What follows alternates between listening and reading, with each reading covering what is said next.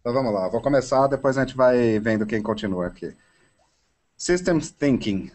A system consists of interdependent and interacting parts joined by a purpose. Eu vou pausando aqui, vocês já podem interromper, viu?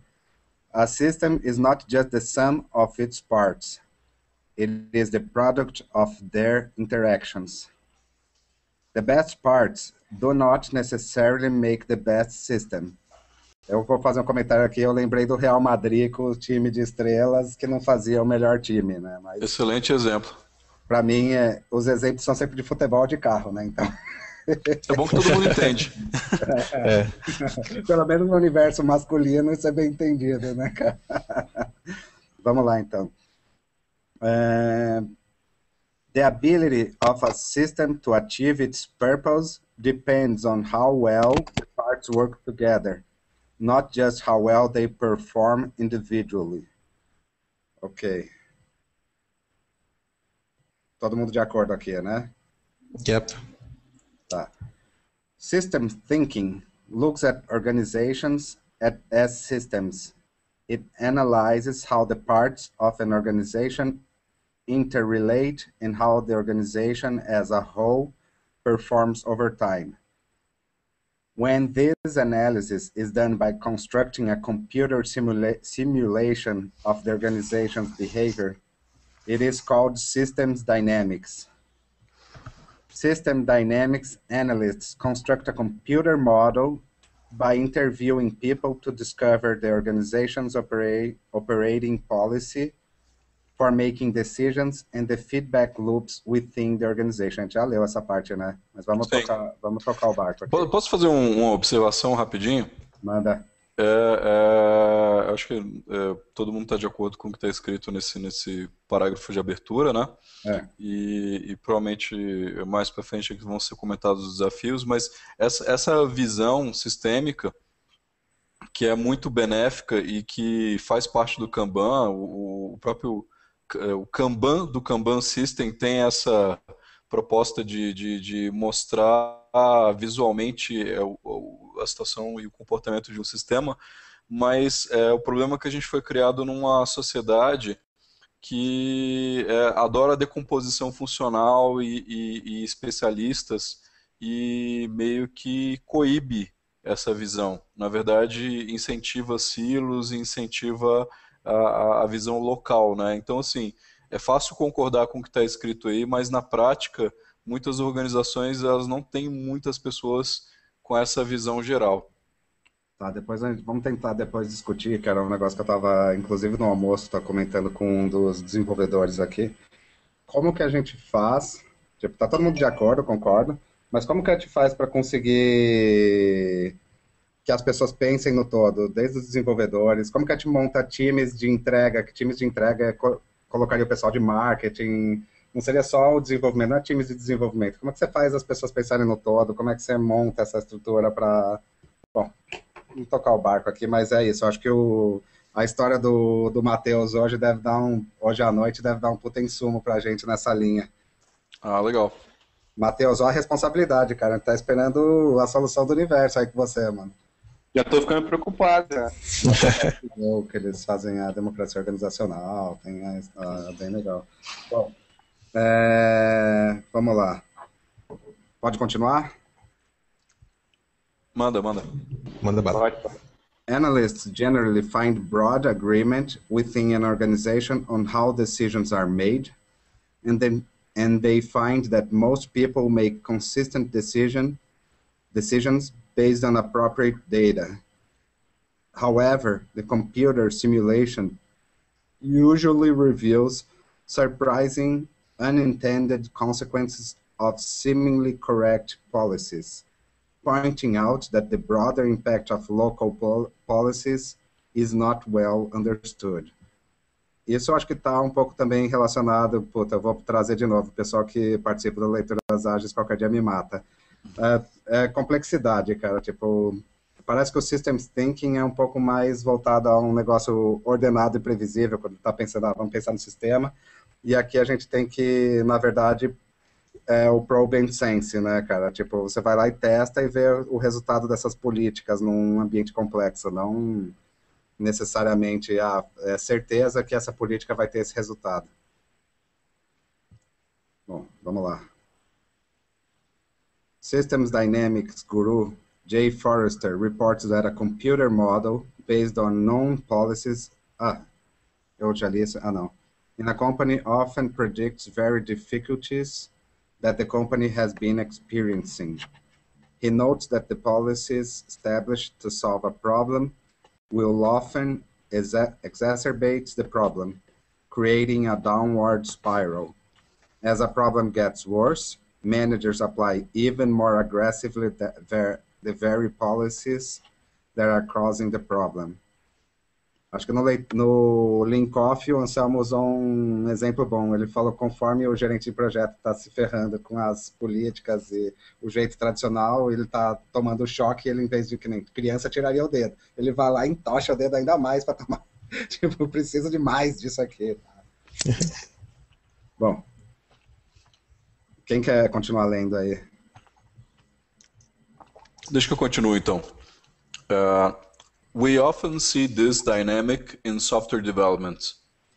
When an organization experiences software development problems, there is a tendency to impose a more disciplined process on the organization, usually one with more rigorous sequential processing.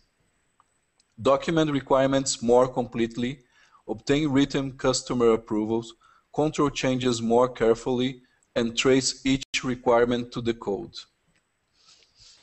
If an organization lacks basic development discipline, the imposition of a rigorous sequential process may initially improve the situation. Systems thinking warns that just because things get better does not mean that the cure is the right one. The delay effects of a sequential process in an evolving environment will eventually take their toll. It will become increasingly difficult to keep the system in line with the current customer needs. At that point, pushing an even more rigorous sequential process will initiate a downward spiral.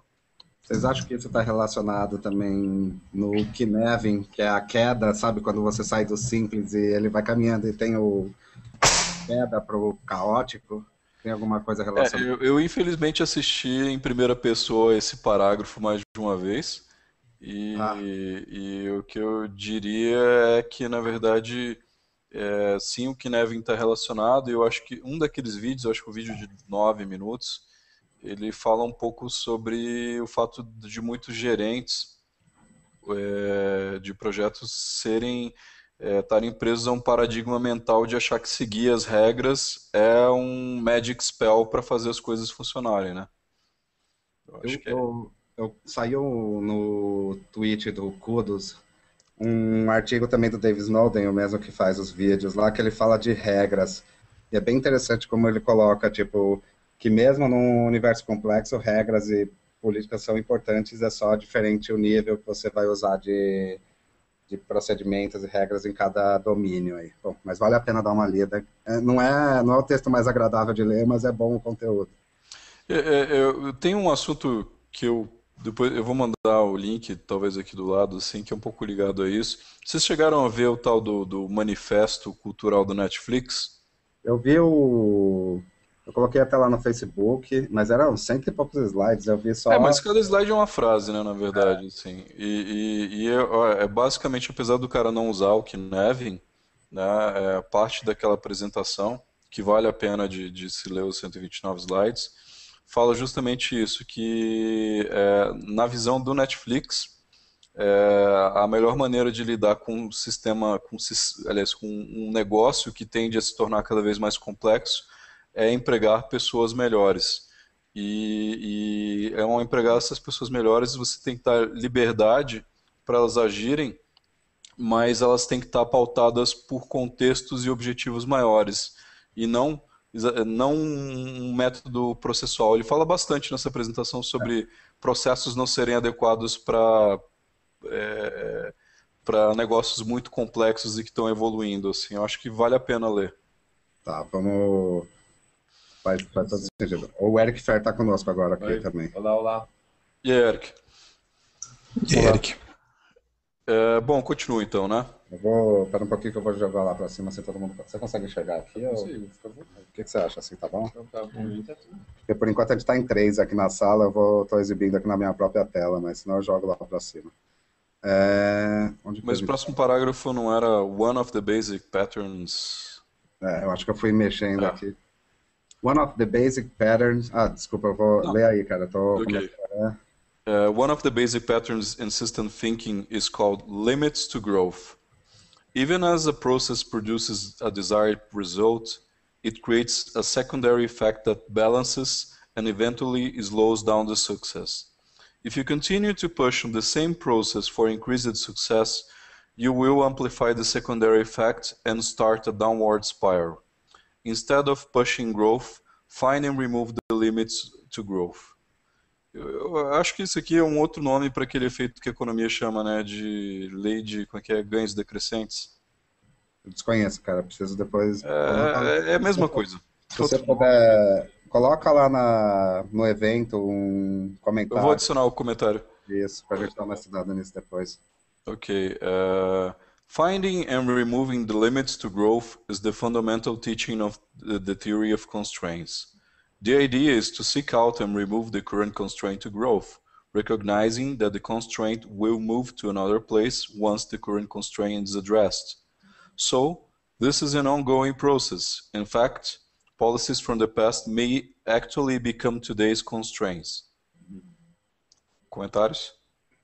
Isso aí você vê, tipo, a gente inclusive rodando, não sei se vocês já jogaram o jogo lá de Kanban, o Get Kanban, tem um exemplo que para quem jogou, tem um tal de Carlos, que é o personagem que faz como se fosse o chefe do pessoal exato. E ele lança num determinado ponto do jogo, surge uma política de que não pode ter swarming. Só os QAs fazem QAs e tal. E aí isso surge, ele representa na hora, cria-se a política gera um gargalo instantâneo, assim, na hora já começa a engargalar. Dor de cabeça. Exato. Bom, vamos continuar aí. Deixa eu ler mais esse aqui. A second basic pattern in system thinking is called shifting the burden. In this pattern, an underlying problem produces symptoms that can be ignored. However, the underlying problem is difficult to confront. So people address the symptoms instead of the root cause of the problem. Unfortunately, the quick fix allows the underlying problem to grow worse, unnoticed because its symptoms have been covered up. Uma das coisas do ágil e do Lean é trazer os problemas à tona o mais rápido possível, né? Então, agora, se você não tiver o objetivo de corrigir os negócios, só trazer à tona, realmente não vai resolver, né? Eu não sei muito na comunidade mais praticante do Scrum se eles usam a ferramenta dos 5 porquês, né? Que eu acho que ela é essencial para você evitar o quick fix. O Scrum em si, cara, se você ler no Scrum Guide, ele obviamente não traz nada disso. O que acontece é que o Scrum, da mesma forma que é adicionado práticas de XP, são adicionadas várias outras práticas, algumas equipes decidem adotar os 5 porquês. É que os 5 porquês fazem parte do toolkit do Lean, né? Assim, por default, né? Vamos dizer assim. Eu acho que no Scrum também a gente usa muito mal as nossas retrospectivas. A gente acaba fazendo uma cerimônia muito by the book, só para cumprir tabela, muitas vezes. A gente não explora várias técnicas que poderiam ser feitas para... Eu não diria cumprir por tabela, para acreditar que você está praticando Scrum, isso sim. Pode ser também, algo assim. Acho que tem muito que evoluir nossas retrospectivas. Acho que talvez o Guzão tenha falado que o resultado da retrospectiva não é aplicável no próximo sprint, em suma, né? Você pega, levanta um monte de ponto e talvez fique esquecido e seja levantado de novo daqui a 2 semanas, no final do outro sprint. E às vezes o que levanta é só a consequência, não a causa raiz também. Alguém já leu o livro Agile Retrospectives, da Esther Derby e Diana Larsen? Não, tá no backlog. Tá vindo da Amazon pra mim. Porque sempre entra algum livro que eu acho que vai entregar mais valor na frente desse. Enfim. Bom, vamos lá. Quem quer continuar aí? Vai lá, Eric. Eu voluntariei o Eric aqui. Obrigado. Pode parar? Nem tem que... Lean thinking uses 5 whys to counter the tendency to shift the burden to symptoms rather than addressing the root cause of the problem. The 5 whys work like this. Say you have a problem with an increasing number of defects. You ask why the defects occur and find out that a new module has been added that has unintended consequences. Next, you ask why the new module generates defects in other modules. You find out that it was not tested. You ask why it was not tested and find out that the developers were under pressure to deliver it before it was tested. You ask why there was such pressure and find out that someone thought that developers work better with hard deadlines. So, Claro, né? So an artificial deadline was enforced. But you are not done. You have at least one more why to ask before you arrive at the root cause of the problem. Ótimo. You ask why someone felt that artificial deadlines were necessary and find that the manager has an intense fear of software schedule overruns.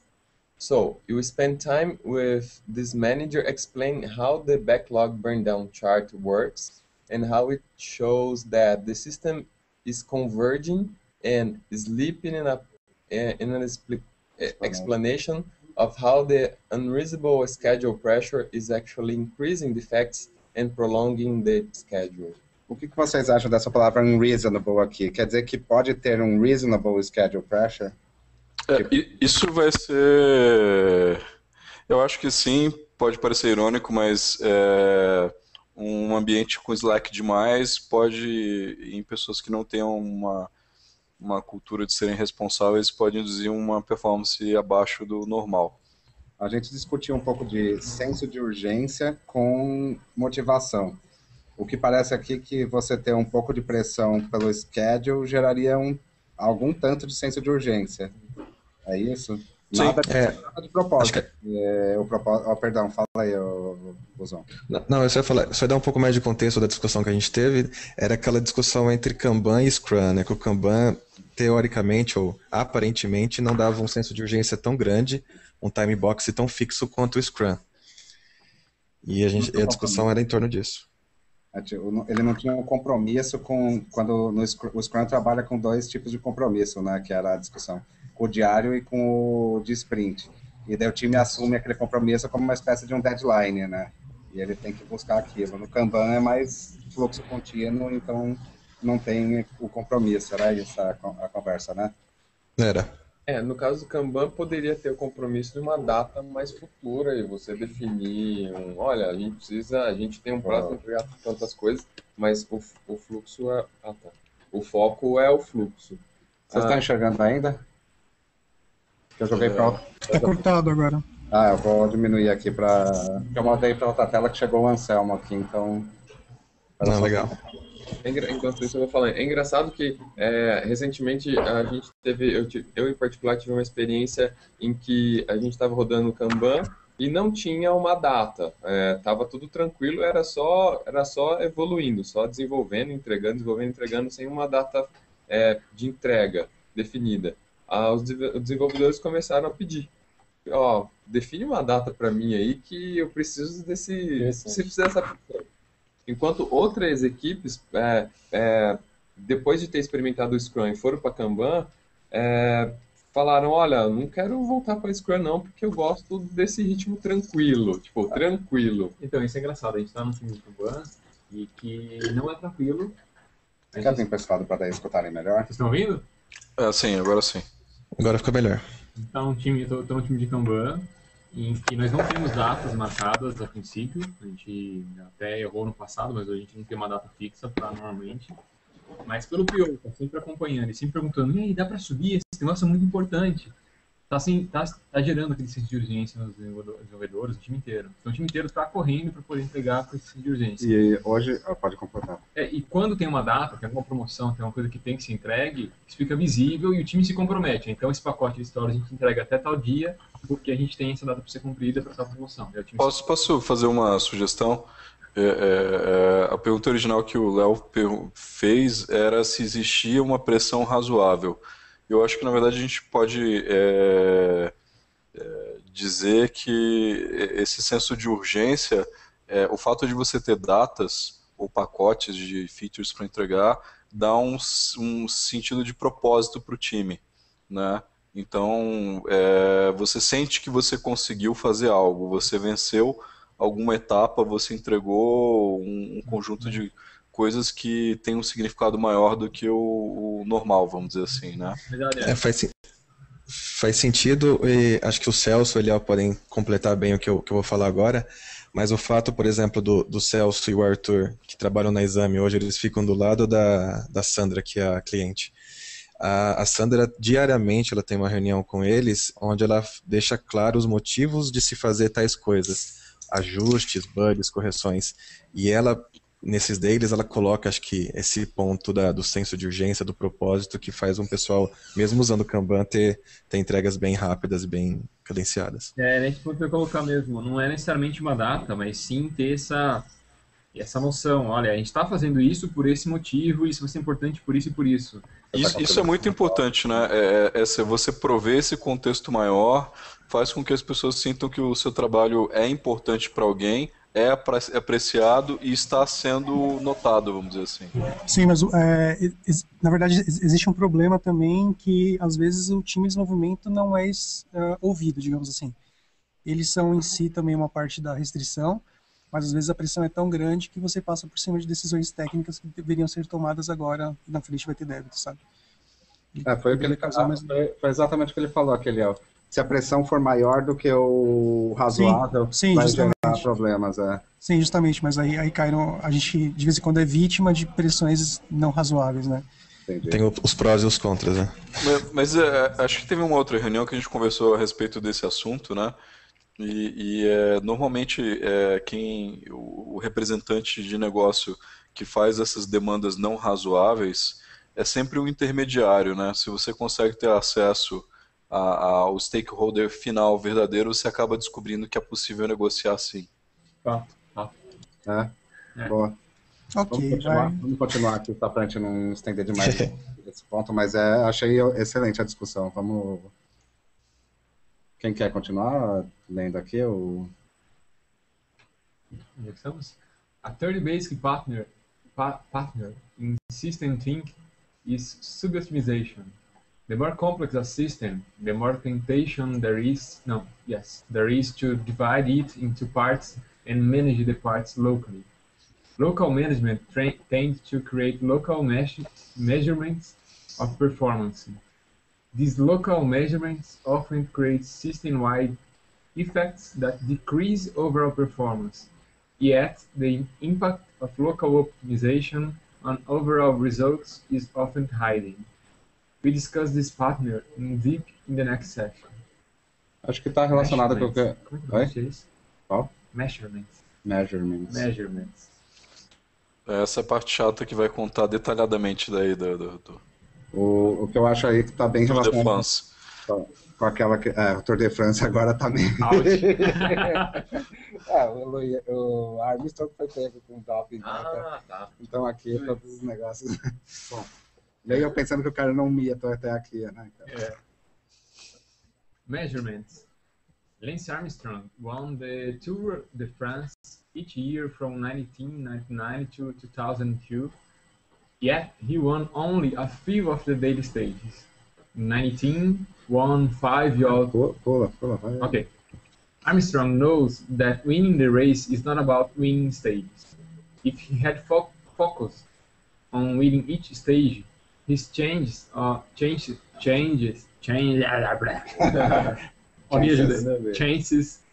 winning the race would have been slim to none. The Tour de France is not a race where winning each day is an attainable objective. Of course, If a rider could win every day, he certainly would win the race. But bicycle races know that trying to win every stage is a very bad strategy. The idea is to keep ahead of everyone else's overall time, not to exhaust oneself by trying to beat a fresh new competitor every day. We had a tendency to decompose a big job into smaller tasks, sort of like the stages of the Tour de France. It seems obvious, then, that the way to get the best overall results is to optimize the results of each individual job, because we believe that if we get top measurements on each task, they will add up to the top measurements on the job. But just like the Tour de France, optimizing every task is often a very bad strategy. O que ela quer dizer com isso? Tipo, beleza, imagina num time Scrum, você quebrou primeiro um épico em features, depois em histórias, e daí quebrou em tasks, e você otimizar cada task seria uma cagada, é isso? Imagino, pode ser um exemplo desse, mas eu imagino que ela está um passo antes. Né? Eu acho que tem um exemplo mais adiante no texto que vale a pena esperar, assim, que explica, tem um exemplo bom disso aí. Beleza, então vamos continuar aqui, da gente ver se... Eu só queria comentar também, eu acho que tem... Ok, esse exemplo dela, mas o exemplo dela não pega toda a complexidade. Imagino que a gente tem no dia a dia, numa empresa, numa organização, num projeto. Cara, eu acho que o que o exemplo dela mostra é o quê? É que normalmente gerentes vão tentar sempre ter o máximo de utilização de qualquer coisa, então eles sempre vão enxergar Slack como uma coisa extremamente negativa e ao tentar maximizar a utilização de qualquer recurso, sempre vai ser ignorado o efeito sistêmico da otimização, né? Acho que esse é o perigo aí. Então, é nesse ponto que eu queria chegar, porque o exemplo dela me parece um cenário simples, complicado, na melhor das hipóteses. Assim, Você está falando do exemplo da máquina ou do exemplo do teste? O exemplo do Tour de France. Não, é que o exemplo em software vem depois desse quadrinho aí, que eu acho que é bem mais real, assim, né? Enfim, não quero adiantar porque não tem graça. Vamos seguir depois do software comentário. Alguém quer ler? Vou mais uma vez aqui. Alguém quer? Então vou eu. Ô, galera, ajuda aí. Machine utilization. At our videotape manufacturing plant, we used big, expensive machines to make videotape. Very expensive. Each product made on these machines had to help pay for the machine. The monthly depreciation of the machine was charged to products based on their time in the machine. We never knew exactly how much our products were going to be charged for machine time. If a machine spent half a month undergoing maintenance, the monthly depreciation was spread across only half the usual numbers of products. So a product made on the machine that month was charged twice as much. Machine costs were a big part of unit costs. So obviously, the way to lower unit costs was to run the machine flat out all month, spreading its monthly depreciation across as many units as possible. And that's what we did. That's what everybody did. It only made sense. Quem leu a meta deve lembrar de... Eu gostei da emoção na sua colocação, Léo. Qual foi a minha colocação? Nem lembro. Everybody did that. But running a machine flat out is sort of like trying to win every stage of the Tour de France. It gives good numbers in the short run, but they don't add up to the final profits. Why?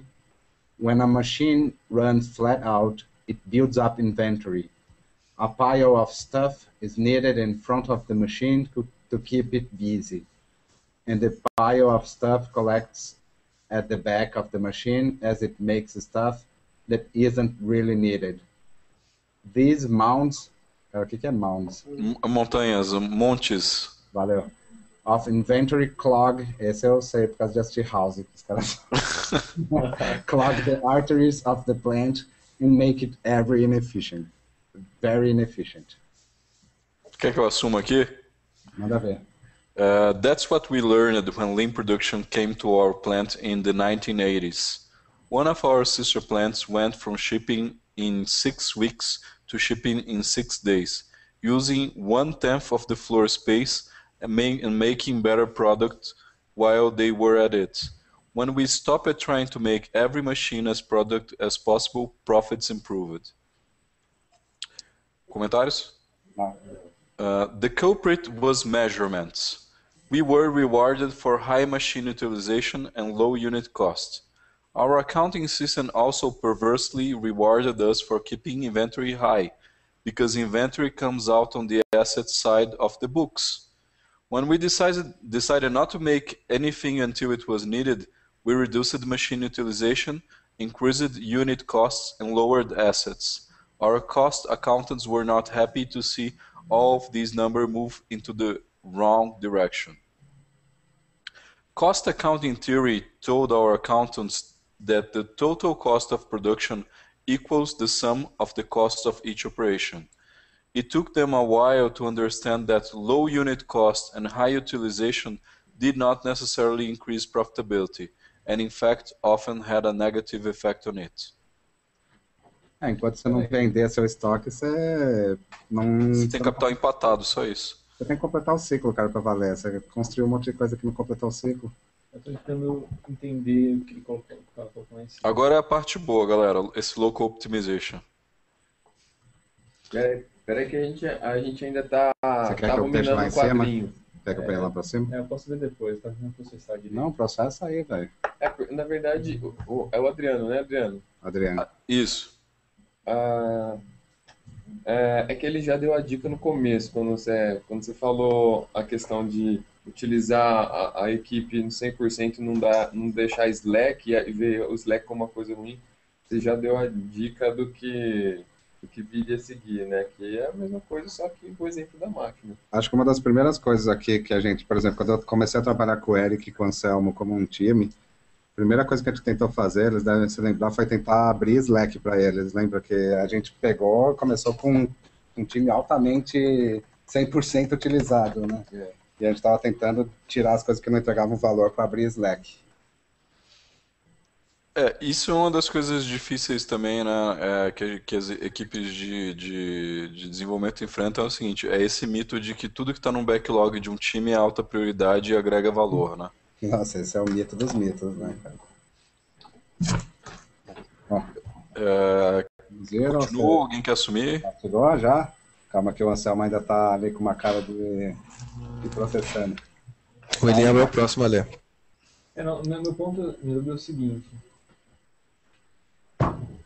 Tá, não dá para saber a partir desse resultado aí, mas dá a entender que ela teve que reduzir a produção para diminuir reduzir a produção total para conseguir diminuir o lead time de cada isso. Foi. A gente pressupõe que ela reduziu de acordo, assim, eu pressupus, eu não sei se ela fala... pressupõe que a planta inteira estava produzindo mais do que era necessário, então. Exato.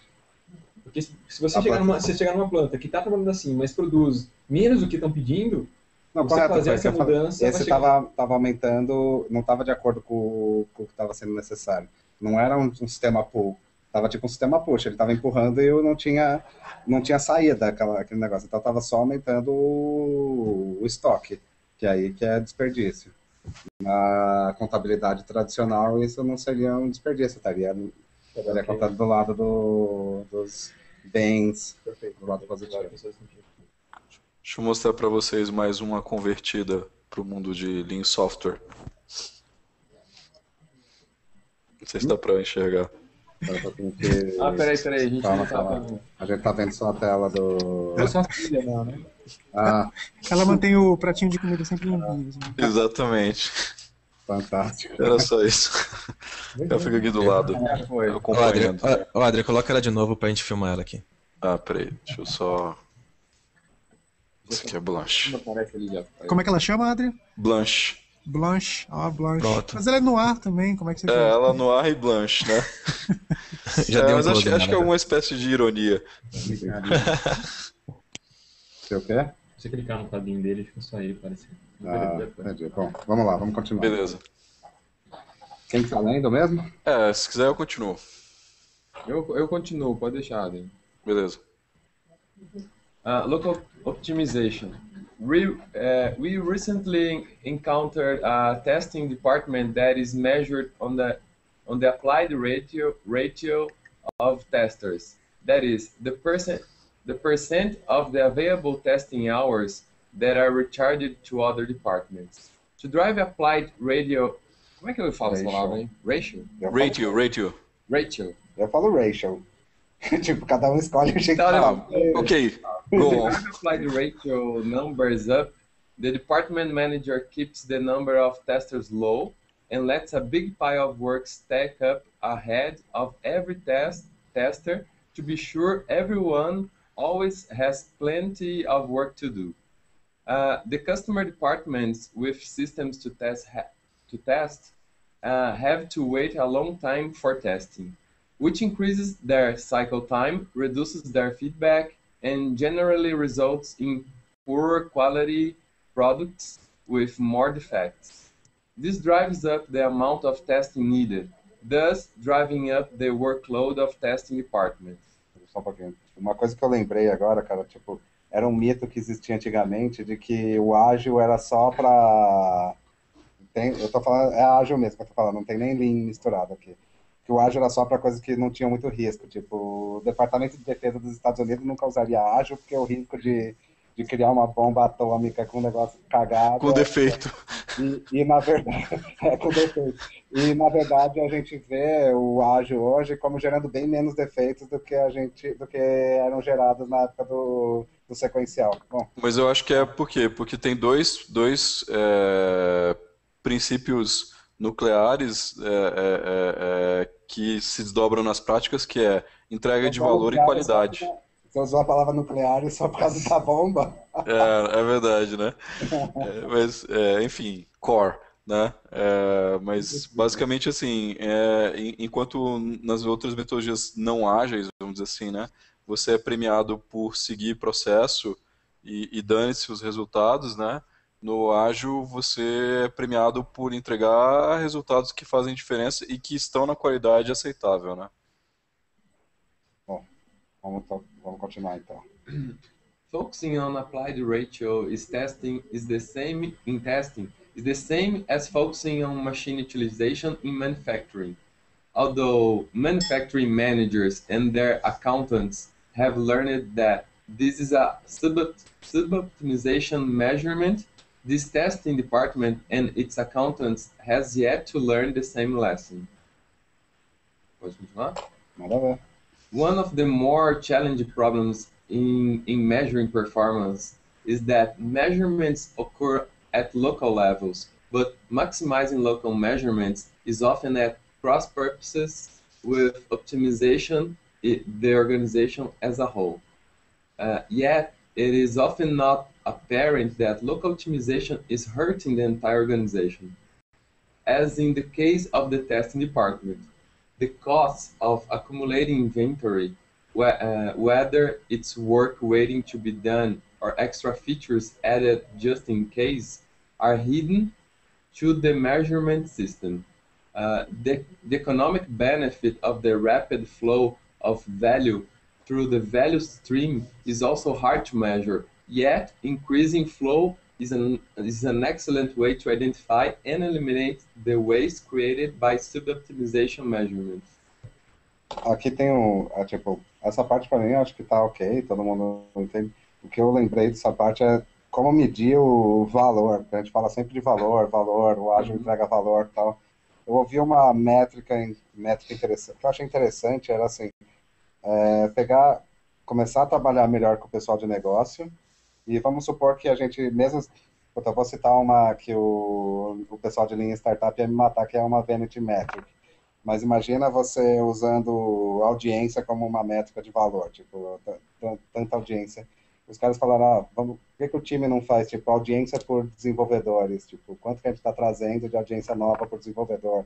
Ou se você usar alguma métrica de conversão, tipo a métrica do pirata lá, da ativação, aquisição e tal, quanto que ele está conseguindo aumentar na conversão das pessoas por desenvolvedor, entendeu? Alguma coisa que juntasse o time e falasse, esse time está entregando bastante valor, entendeu? Cara, de qualquer forma, assim, quando a gente fala de valor, invariavelmente a gente vai estar falando de faturamento, de lucratividade ou ganho de market share.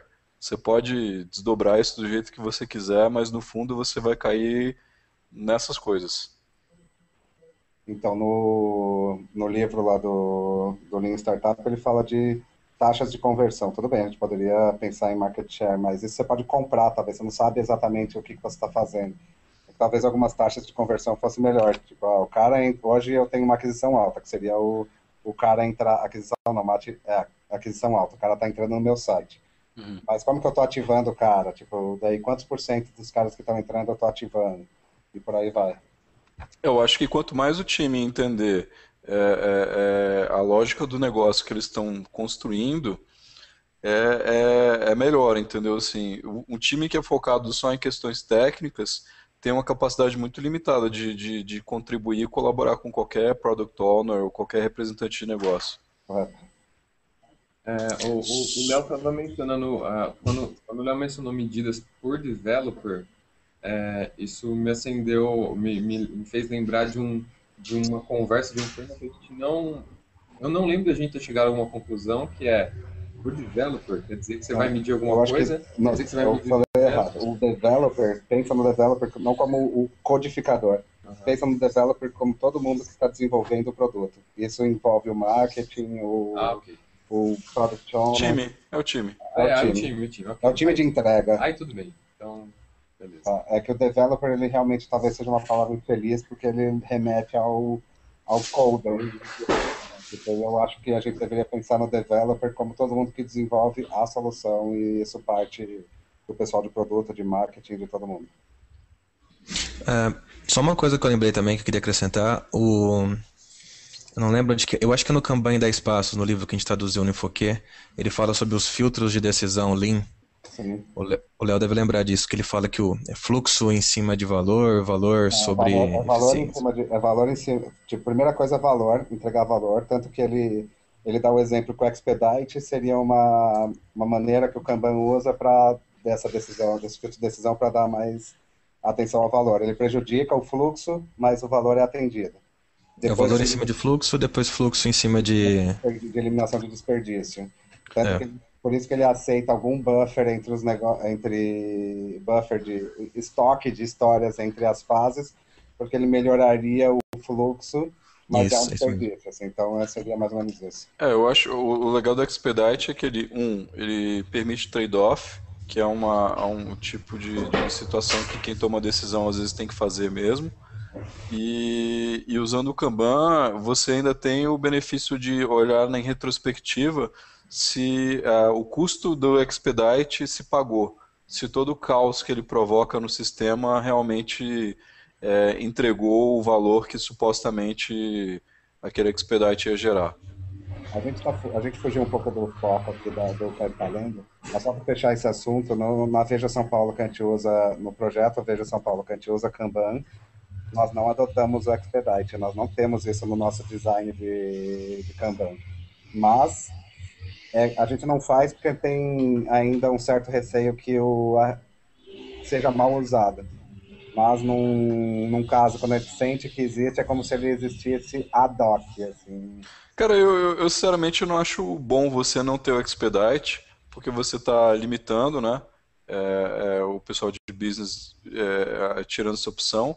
E assim, eu entendo o receio dos efeitos negativos no sistema, mas assim, isso é mais ou menos o equivalente de deixar o seu filho pequeno botar a mão na tomada uma vez, né, ou se queimar depois de você ter avisado bastante, porque sem a experiência não vai ter o aprendizado, entendeu? Você está basicamente impedindo os teus product owners de entenderem quando usar o Expedite e quando não usar. Você simplesmente falou, não use nunca.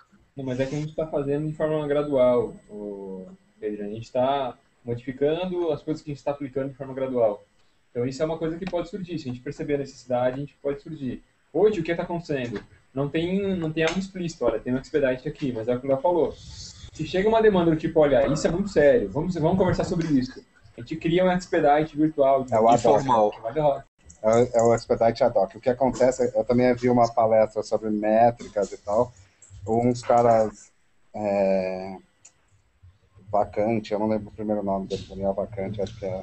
Ele tinha vários caras, esse cara acho que é inclusive da empresa do David Anderson, que eles não gostam e não aplicam expedite de maneira nenhuma, porque eles acham que prejudica tanto a previsibilidade do sistema que eles simplesmente não, eles evitam a todo custo. Bom, vamos continuar aqui que a gente fugiu completamente do...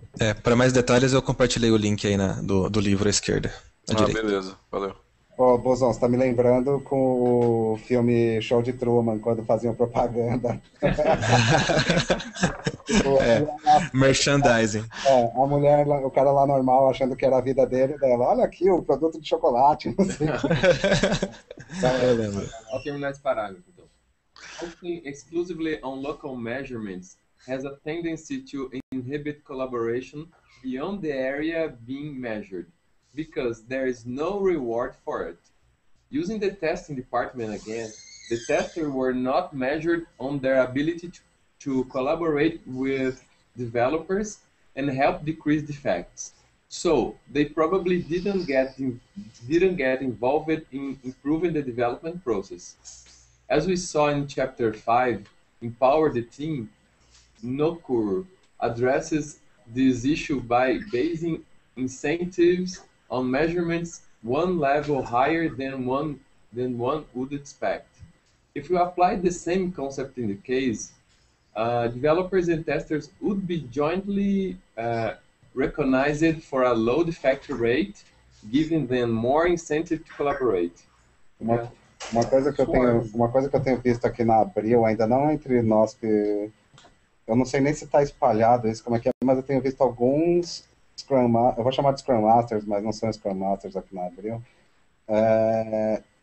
monitorando tasks. Eu tenho achado isso esquisito, ainda não conversei com o pessoal para ver o que eles estão fazendo. Mas o que você chama de monitorando task, assim? Ele está designando? O que ele está fazendo? Não, ele não chega nesse nível de micromanagement, ninguém está, graças a Deus, tipo, mas ele está colocando, a gente usa o Rally, não sei quem conhece, se vocês conhecem, é um sistema de monitoramento, de gerenciamento de projeto de desenvolvimento, e eles estão imputando as tasks no sistema que, a princípio, sem eu entender, eu não fui lá conversar com eles, a princípio me parece um puta desperdício e estaria no máximo monitorando o desempenho individual, que seria a única razão que eu consegui entender. Mas eu acho que esse é um caso dos 5 porquês e assim, sem participar do time de vocês, eu não me surpreenderia em descobrir que isso foi solicitado por alguém. Né, ou alguém achou que esse tipo de métrica é válida para... O mesmo chefe desses caras que fazem, o pessoal aqui conhece, tá na mesma... por conta mesmo. Mas depois, no próximo capítulo, vejam no próximo capítulo qual a razão disso. Beleza. Só uma questão, a gente está no capítulo de visualizar o todo, né? E a gente está falando que a subotimização ela é ruim. Vocês têm ideia do que é o todo que a gente precisa visualizar? Não. Peraí. A autora ela diz que subotimizar, no caso, é bom, né? É criação de slack. Não. Ela fala que subotimizar é ruim, na minha interpretação do que ela diz. Eu acho que Não, claro que você tirar eficiência, no sentido não focar na eficiência do local em prol do todo é melhor. Isso, acho que ele interpretou. Mas... Tá, mas assim, você simplesmente tentar melhorar cada parte, imaginando que a melhoria das partes é melhor para o todo, eu acho que na teoria econômica seria o que como é que chama? O Adam Smith, como chamava? Adam Smith, que ele falava, cada um fazendo o seu melhor vai ser o melhor para o todo. Isso gerou os liberais, né, que a gente vê que às vezes não funciona, né? Bom, mas vamos tocar o barco aqui. Mas aí ninguém me respondeu, né? Oi. Fala aí, Buzon. Ninguém O vender todo, eu imagino qual é o todo, né? que é a empresa e entregar entregar o melhor resultado para o cliente. Eu vou usar aquele termo que em inglês parece melhor do que qualquer outro em português que eu conheço, que é delight the customer. Isso aí parece muito resposta de consultor, Léo. Tá mandando bem, hein, cara. O Léo tá bom. Daqui a pouco o cara tá na Anderson Consulting. Mas você pode ver, uma coisa que a gente viu lá no STUS, que a gente estava participando, acho que eu e o Anselmo fomos no STUS Connect, apareceu eu não lembro o nome da mulher que fez a palestra, que era de vendas. E uma pesquisa, ela argumenta, ela não mostrou as pesquisas, mas ela argumentou que os vendedores que têm os melhores desempenhos, invariavelmente são aqueles que se preocupam com os clientes. E o desempenho vem por consequência, os resultados. E a gente vê isso também, parece, com empresas que se preocupam com realmente fazer alguma coisa para o cliente delas, e o resultado vem por consequência. Ela faz o negócio do caralho. Às vezes, quando a gente está muito focado em dinheiro, em trazer valor para o shareholder, para o stakeholder, para os caras aí, não tem sido muito eficiente. Mas eu estava mais pensando assim, no visualizador todo. Dentro da nossa diretoria digital, por exemplo, na Abril, ou do desenvolvimento de software como um todo, seria o todo seria ponta a ponta, o cliente pedindo a demanda e passando por análise, por UX, por layout. Como que tudo se conversa para que seja o melhor para Abril, vai, no caso, já que se a gente não for pensar na Delight the Customer, mas o que é melhor para, no caso nosso, eu estou falando de Abril, né? O que é melhor para as redações entregarem seu produto melhor. Eu acho que a gente tem que pensar, até é muito fácil, não. É comum pensar no cenário, dado que o meu PO quer isso, aí eu trabalho a otimização disso para entrar em produção. Eu queria introduzir aqui uma polêmica. É pensar um passo antes, é pensar por que o PO está pedindo isso? Será que isso é melhor que o PO podia estar pedindo? Vamos trabalhar com o PO para poder entender e pegar algumas métricas que ajudam a pegar um passo antes. E como que ajuda o outro time? Porque às vezes a gente também está pensando só na Veja São Paulo, por exemplo. Quando uma coisa que a gente faz aqui na Veja São Paulo poderia ajudar o time B e C, com um pouquinho de detrimento para a Veja São Paulo, poderia ajudar os outros times. Então, eu acho uma dúvida super legal do Buzon, que é perguntar qual é o todo, porque o Anselmo deu um escopo, você já aumentou um pouco o escopo. Não sei. Porque você não... é difícil. Porque... não, eu concordo que é difícil. Se você quiser pensar, você vai no aceno. Porque não adianta só abrir otimizada. Você tem que pensar em como abrir influencia o estado de São Paulo. Peraí, qual que é o objetivo? Acho que dá pra definir o escopo baseado na missão que você tem. Qual é a sua missão? É atender o PO ou não delight the customer? Entendeu? Se for delight the customer, beleza. Ou tá escrito aqui no muro. Contribuir para a difusão da informação, cultura e treinamento, para o projeto de educação, melhor a qualidade de vida. Ele sabe de cor, tá, pessoal? O que eu ia comentar é o seguinte, né? Eu acho que é perigoso pensar, você achar que o seu cliente é a própria organização que você trabalha, porque, no fundo, ela existe dentro de um sistema maior, e normalmente os clientes externos que são realmente quem injetam recursos na organização que você trabalha e dão o motivo pelo qual ela existe, né? E às vezes, assim, se você seguir apenas o que a sua própria organização pensa, faz com que você se desconecte desse ambiente maior. Então, delight the customer é muito mais importante.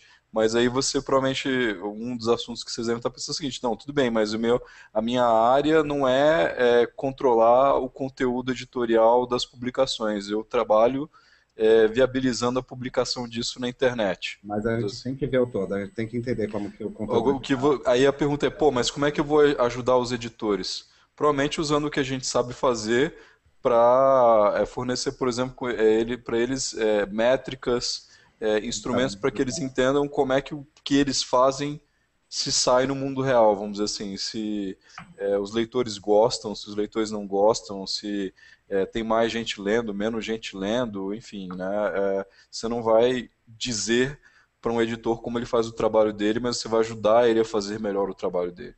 Eu acho que hoje os caras estão no escuro E é como se a gente desse uma bengala de cego para os caras poderem tatear conforme a gente der métricas e tudo, para eles poderem ver aqui tem um caminho a se trilhar e aqui está indo no caminho errado. Então vamos... Bom. A conversa essa discussão tá bem legal também. Eu queria só lançar mais uma coisa, que é essa forma de a gente visualizar o todo e gerenciar o fluxo, ela exige que a gente visualize o todo, né? Que vocês pensam muito em Kanban quando vocês estão falando de visualizar o todo, de ter isso visualmente num quadro, num Kanban mesmo, num sistema funcionando para você gerenciar isso. Eu acho que é muito importante ter, assim, se você quer que todo mundo tenha essa visão, é importante que ela seja, puta, eu vou usar eu acho que isso vai além do Kanban, cara. Não, eu não vou dizer Kanban, porque eu acho que não tem nada a ver necessariamente com o Kanban. Isso. Ele tem a ver com a visualização do fluxo. Isso. Eu acho que você tem que entender a cadeia de valor, né, e o posicionamento estratégico e o que agrega valor para os teus clientes finais que você está tentando atender. E quando eu falo clientes finais, eu estou falando das pessoas externas à organização. Ok. Você queria colocar alguma coisa, Buzon, nesse ponto? Não, era só se existe essa necessidade da gente gerenciar o fluxo, e ele é o mais importante naqueles filtros de decisão Lean, pressupõe que a gente deveria gerenciar o fluxo, né? Então, a gente precisaria visualizar ele e tratar alguma ponta, né? Tipo, de certa forma tem uma sub-otimização se você pensar na Abril e se você pensar na diretoria digital junto com as redações. As minhas pontas que eu vou gerenciar para ter um fluxo bom seria, no máximo, o cliente redação Veja, que seja, e a saída disso para esse mesmo cliente Veja, sabe? E tudo que roda dentro da diretoria digital. Mas se você imagina que você estivesse vendo todo, de alguma forma, você conseguisse ver, tivesse muito claro para você como que está funcionando não só a sua redação, mas as que estão à sua volta e todo o universo ali. E você conseguisse ver áreas que você poderia aproveitar oportunidades que tem outras acontecendo e coisas que você poderia falar assim, eu vou fazer isso, o outro também existe uma sinergia com XYZ, seria bom. E se todo mundo conseguisse ter essa visão, que não é a coisa mais trivial do mundo, mas seria bom. Mas você fala desde o presidente da Abril pedindo uma coisa estratégica, até isso se traduzindo em metas, etc, etc. Eu acho que, obviamente, a gente tem que se ater à realidade, né? Tem que ver quão possível a gente pode fazer em passos. O ideal seria que todo mundo tivesse uma visão de tudo. Eu acho que isso é não factível. Eu acho que não é ideal, não. Acho que é pré-requisito mesmo, assim, porque... O tamanho da Abril não dá para saber tudo o que está acontecendo. Teria que ter uma visão muito macro, talvez, de algumas coisas, e outras mais que, na verdade, assim, eu não sei, eu devo ter mencionado em alguma outra reunião um livro que se chama Execução. Não sei se vocês lembram, assim. E ele fala mais ou menos do processo de como é que você define essa cadeia de valor, né? Obviamente, o CEO, ele sempre define objetivos mais amplos e até difusos, né? Mas o processo que é descrito nesse livro e que é aplicado na GE, cada departamento tem que fazer breakdown e determinar em que ações concretas eles vão realizar e como eles vão medir, quais são as métricas para determinar se eles foram nessa direção que tinha sido apontada pelo objetivo maior definido pelo CEO. Né? Então, o CEO ele não vai te dizer o que o seu time vai fazer. Né? Você que tem que procurar responder para ele como é que o seu time vai atender o que ele pediu. Bom, mas tá ok, já foi boa a discussão já. Eu só me pergunto se o CEO sabe que ele é um cara onisciente no sentido do objetivo que ele deve... Não, é uma conversação. Esse livro é muito interessante, cara. O processo que eles escrevem é um processo interessante. Não é aquela coisa do cara é onisciente e ele fala tal direção. Pronto, acabou. Todo mundo corre pra lá achando que tá certo. Beleza, vamos... Alguém quer continuar? O Eliel tá saindo, tá falando tchau aí, tá falando que foi bastante legal pra ele. Falou, Eliel. Já foi, né? Vamos lá, então. E aí? Bom, eu vou então, já que tá todo mundo na... Focusing... Opa, foi. Oi? While. Já foi. Já foi? While. Quer continuar aí, já que você quer? While Lance Armstrong knows not to try to win every stage of a bicycle race, suboptimizing behavior is not so obvious to others. The detrimental effects of local measurements on overall performance are usually hidden, and so we persist in using suboptimized measurements out of superstition and habit. Superstition. Superstition is an unsubstantiated association of cause and effect. Mais uma vez no futebol é tipo o cara usar a meia cinza porque toda vez que ele estava usando a meia cinza o time ganhou. Vamos lá. Some superstitions are harmless. For instance, you wear your red shirt and your team wins. In fact, every time you wear your red shirt, the team wins. And when you forget, it loses. You know your red shirt isn't causing the team to win, but you'd like to think it is. Ó, só para colocar na... Eu nunca, jamais vou na arquibancada vermelha do Morumbi assistir o São Paulo. Todas as vezes que eu fui na arquibancada vermelha, o São Paulo perdeu. Bom. Puts. Mas você já fez uma atividade de controle, assim, tipo, hoje eu vou lá e vamos ver se eu faço o São Paulo perder? Não, só se eu vou escolher algum jogo pouco importante, então, para fazer essa atividade de controle. É. Eu vou, tipo, achar algum amistoso aí. Bom, vamos lá. Some superstitions are more harmful. For instance, when the applied ratio of testers is high, profits go up. You assume a high applied ratio goes straight to the bottom line. When applied ratio goes up further, the profits fall. You attribute the fall to something else. You have a superstition that high applied ratio means high profits. Eu gostaria de fazer um comentário. Oi? Eu gostaria de fazer um comentário. O exemplo dela de superstição, vamos dizer assim, negativa, né, na verdade não chega a ser exatamente uma superstição, e sim, se você fosse discutir com o gerente que tem essa crença, ele ia dar a explicação do raciocínio dele. O problema é que o raciocínio dele é superficial e não está ligando as pontas, né, vamos dizer assim. Ela não disse que superstição é alguma coisa pouco substanciada, e esse negócio que você falou que ele está superficial não quer dizer que é pouco substanciado, de forma que é uma superstição, então está correto. Ela definiu no começo. Pode ser. Realmente... Mas um negócio que a gente vivenciou recentemente e que foi o seguinte, a gente teve não era bem uma superstição, mas a gente achou que uma determinada prática que a gente tinha, que era o que a gente tem chamado de task check, isso só em um dos times, só em uma das equipes aqui, estava sendo desperdício. Só que em vez da gente assumir que isso é uma verdade, destruir e derrubar essa prática, a gente foi investigar com dados. E os dados demonstraram que, pelo menos hoje, ele não era um desperdício. A gente continua monitorando enquanto existia a sensação de que pode ser um desperdício. A hora que mostrar não ser, só para vocês saberem, o Desk Check é um negócio que o desenvolvedor, quando termina, ele vai lá e bate um papo com o QA só para falar o que foi a história e tal. E normalmente os QAs já acham problemas ali na hora que ele está contando o que ele fez, nem precisa olhar a história. Então,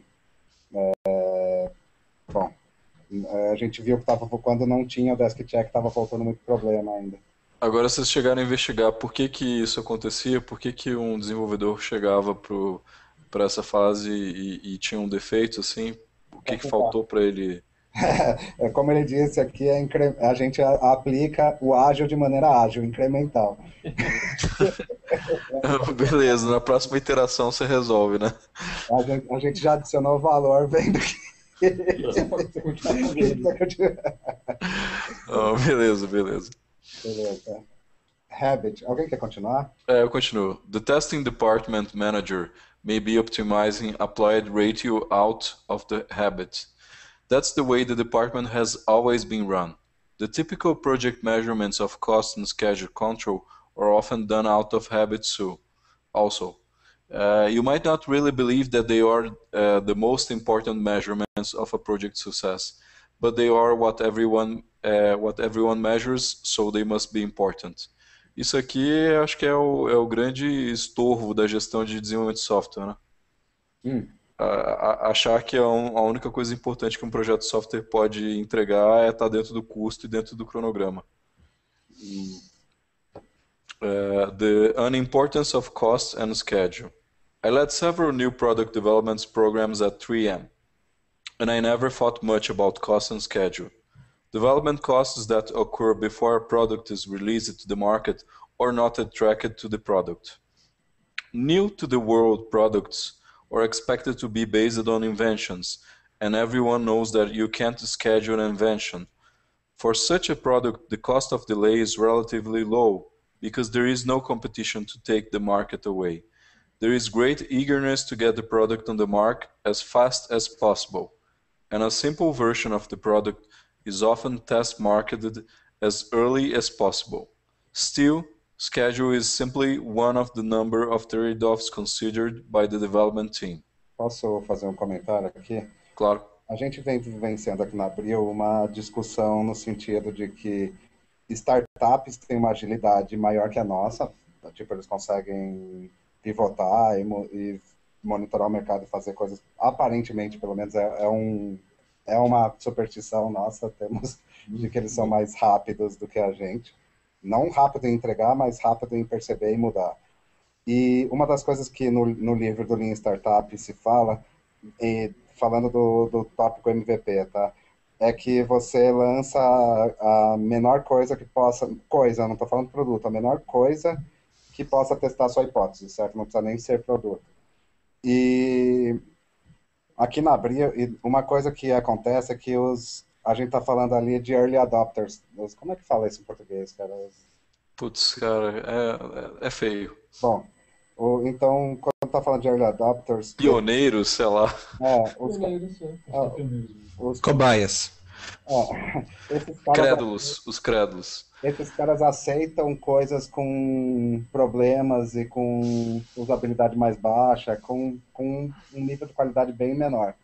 E ele fala no livro, também conforme essa coisa avança, que você vai começando a ganhar um early majority, e o majority, você precisa estar com o produto bem acabado. E a gente vive isso no sentido que a Abril, ela tem produtos, então imagina que a gente vai fazer uma coisa nova para o site da Exame, vamos supor. A gente já tem um majority lá falando. Então a gente teria que conseguir algum meio termo de jogar um MVP numa parte do sistema que pegasse um early adopters e mantivesse o pessoal que é avesso a coisas ruins ou mal acabadas longe. É um dilema que a gente não está pensando como que a gente vai resolver, porque a gente, toda vez que se fala de MVP, a gente tem essa dificuldade aqui. Vou lançar com um nome forte como Exame, um negócio que pode ser problemático, pode não... Mas eu acho que, eu não sei se é nesse livro, mas ele menciona que acho que é no livro do Lean Startup, que ele fala que empresas maiores com nomes estabelecidos, às vezes criam marcas justamente para poder ter esse sandbox aí, para poder brincar. Entendi. Né? E a outra coisa que você pode fazer é fazer, quando você lançar produtos ou features experimentais, é simplesmente dizer que é beta. É uma alternativa. Bom, beleza. Mas no sentido, que enquanto o Léo estava falando, é exatamente isso que eu pensei também do beta, mas é uma coisa que o Google faz direto, né? O LinkedIn também, tipo, olha, eu acho que o você quer público usar é essa diferente, versão? né? Você quer... Eu vejo o público, por exemplo, no caso de Exame, como um público que não tipo, o público do Google parece que é menos avesso. Não, mas eles mudaram. Antigamente o beta era impositivo e agora você, por exemplo, vamos usar o Gmail como exemplo. Tem várias features que eram experimentais, que eram labs, e você ligava se você queria e você sabia que era experimental. Certo. Não, sim, nesse sentido sim, mas a pessoa tinha que ser mais ávida por novidade para ir lá procurar e ver o que tem de opção. O que eu estou falando essas opções, tipo, olha, você vai abrir sua home, de repente aparece uma faixinha em cima falando, olha, a gente fez uma versão nova da nossa home, você quer experimentar ela? Quer usá-la? Sim. Aí na sequência já aparece, e aí, olha, se você quiser voltar para a versão antiga, clica aqui. Uhum. Bom, eu acho que mas essa não é uma solução aceitável na visão de vocês? Pode ser uma solução aceitável ainda. Sim. Eu não sei se é aceitável na visão do dono da marca, mas é uma coisa a se trabalhar. Mas eu acho que assim, é aquela questão, é uma decisão que o próprio usuário aceitou, vamos dizer assim. Se ele quer o seguro, ele volta, né? Se ele quer... Vai ter menos features, né? Tem que ser enfatizado isso. Legal. Acho que foi boa a explicação. Valeu. Quem que tá lendo? Ok. Era eu. E... Vamos ver aqui. For line extension products, schedule is often driven by marketing requests to place the new product in an annual show. The development team works very hard to accommodate such requests, with the clear recognition that if a product does not pass quality tests, it misses the show. What really drove our new product development program was the P&L our team accounted developed early and updated often. This and the marketing plan told us the whole story, where we needed to reduce unit costs, when we had to introduce the product, how many features we needed at introduction, how to make trade-offs, who needs cost and schedule control when you're navigating from a business plan. O que ela quer dizer aqui? Navigating from a business plan? Não, filha, vai chegar aí. Quer exatamente falar pra ele lá em cima que ela tá falando. Cara, eu confesso que eu li antes esse parágrafo e eu acho ele um pouco confuso. Não, é o seguinte, lembra que lá em cima ela falou lembro. Aquela planilha de custos? Eu lembro das regras e tal. Mas o que ela falou? Eu não entendi o business plan aí. Não, é exatamente isso. Sou um mapa para seguir lá no business plan. Você tem todas as informações na mão, se basear apenas numa data, não tem isso sentido. É cagado, mas isso é um business plan, toda essa... Para mim parece um modelo, me pareceu um modelo de decisões que ela imputa alguns dados, e esse modelo te dá algum tipo de resposta. Pelo que eu entendi, eles usam um relatório de Profit and Losses, ferramenta tradicional aí da contabilidade, mas esse seria o Profit and Losses de programas de desenvolvimento de novos produtos. Eu acho que ela deve ter posto cost of delay aí na conta, um monte de... Passou por esse capítulo. Exato. Mas o que eu estou dizendo é que não parece, eu não entendi a relação com o business plan, né? Talvez ela tenha que colocar tudo isso no pacote do business plan, né? Isso eu entendi dessa maneira. Que parada é essa, Busão? Quem é o cameraman? Enfim, continua. Many people are jarred by the idea that a company that develops new products so successfully does not manage product development projects by cost or schedule. Why? They have fallen into the habit of thinking that cost and schedule are the most important things in managing a project. It's hard for them to think of these as sub-optimizing measurements. Yet, a focus on cost and schedule would have distracted us from our ultimate objective: develop and commercialize a profitable new product that meets a customer need and has a competitive advantage. Aqui é construção de valor, né? Basicamente, a gente pode dizer que, dependendo do contexto, custo e cronograma pode ser vanity metric, né? O Jim Highsmith, eu estava vendo saiu um artigo que o Paulo Rebelo na Infoquê sobre Agile Podcasts. E aí como a gente tá aí na Infoquê, a gente vê antes de sair, inclusive eu baixei esses podcasts e tal, e tem um do Jim Highsmith, do Agile Kit, que tá espetacular, assim, é muito legal, tem 50 e poucos minutos que o cara fala, e ele fala assim que ele divide as empresas, ele fala que existem dois tipos de empresa, uma que foca em rentabilidade, nos três, no Iron Fist aí, que seriam os três negócios dos projetos, e as outras que focam em... Ele chama de Triângulo da Morte, uma coisa assim. Ele chamou de Iron Fist, eu acho que era, não lembro direito. E esses três não, e a responsividade. Ele disse que de qualquer jeito sempre vai existir como restrições. A questão é quanto você dá valor àquilo. Aquilo é seu objetivo ou é só uma restrição? Entendeu? Sempre vai existir obviamente o escopo. Exato, o dinheiro não é infinito. Como ele falou, o Google trabalha com isso, ele convive com a existência mas ele não dá foco nisso. Tanto que ele vai lá e coloca produtos que muitas vezes não vingam, ele testa coisas que, na verdade, não seria totalmente eficiente num sentido Mas, por exemplo, vamos falar dos produtos que não dão certo, né? Usando o Google como exemplo. Provavelmente eles devem fazer o P&L do programa de novos produtos. Então, por exemplo, o fato do Google Wave ter fracassado e ter custado dinheiro não é relevante porque ele não está sendo analisado individualmente, e sim está sendo analisado num pool de novos produtos. Então, assim, se o pool está sendo rentável, dane-se que um experimento não deu certo, faz parte. Correto. Vamos tocar o barco aqui, porque eu acho que foi bom, né? Tá bom. Bom, alguém quer continuar? Eu continuo. Aliás, quer continuar? Tem 10 minutos. Measuring performance? É esse aí, né? Não vai dar para fazer todo não, hein? Não tem problema. Bora. Vamos lá.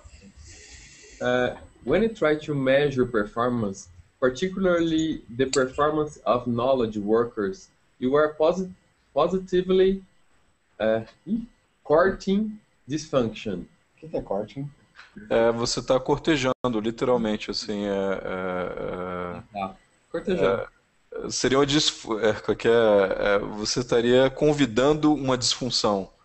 Assim, introduzindo, sei lá, alguma coisa assim. Legal. These are particularly strong words from Tom DeMarco and Timothy Lister in the foreword to Rob Austin's book, Measuring and Managing Performance in Organizations. But if you read the book, you might have second thoughts about measuring performance. Austin's theory makes a lot of sense.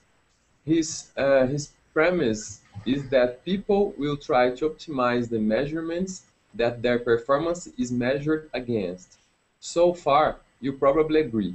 The problem is, it is very difficult to measure everything that is important with knowledge work, especially where each effort is unique and uncertainty reigns. You probably agree with that too. So you measure what you can. That should make enough things work right that you will get overall results you want, right? Ih, não entendi esse filme. Right. Right. Me lembrou de uma frase do Goldratt, né? Que diga-me como me medes, que te direi como me comporto. Eu acho que isso aqui é um parágrafo bem interessante que tem tudo a ver com Cynefin, né? O silêncio é esperando sua explicação. Exatamente. Não, é que na verdade é justamente isso. Se você usa o Cynefin para mapear em qual quadrante você está, você pode evitar essa armadilha de buscar métricas inúteis, vamos dizer assim, né? Que não vão medir nada. É pior do que inútil. Acho que elas são, sei lá... Das harmful. Como é que é em português misleading? Enganosas? Enganosas, mas acho que tá bom, então já... Ainda? Oi? Não, tô dizendo que tá bom essa... Não sei se alguém quer adicionar mais alguma coisa, eu entendi já o ponto do... Não, beleza. Bom, ele já responde. Not exactly. The basic rule that you get what you measure still holds. If you cannot measure everything that is important, partial measurements are very likely to turn into suboptimal measurements. If you can't measure everything that is necessary to optimize the overall business goal, then you are better off without the suboptimization partial measurements. Otherwise, you are in serious danger of encouraging suboptimized behavior. Medir as tasks.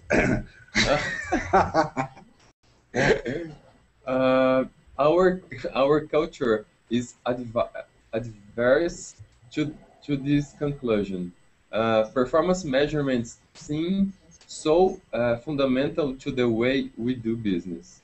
Austin notes that since most managers want to use performance measures, they try to create measurements that will cover everything. They do this in two ways.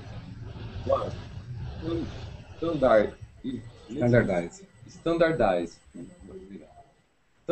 standardize by abstracting the development process into sequential phases and standardize on how each phase should be done. Then measure conformance to the process. Posso fazer um intervalo aqui?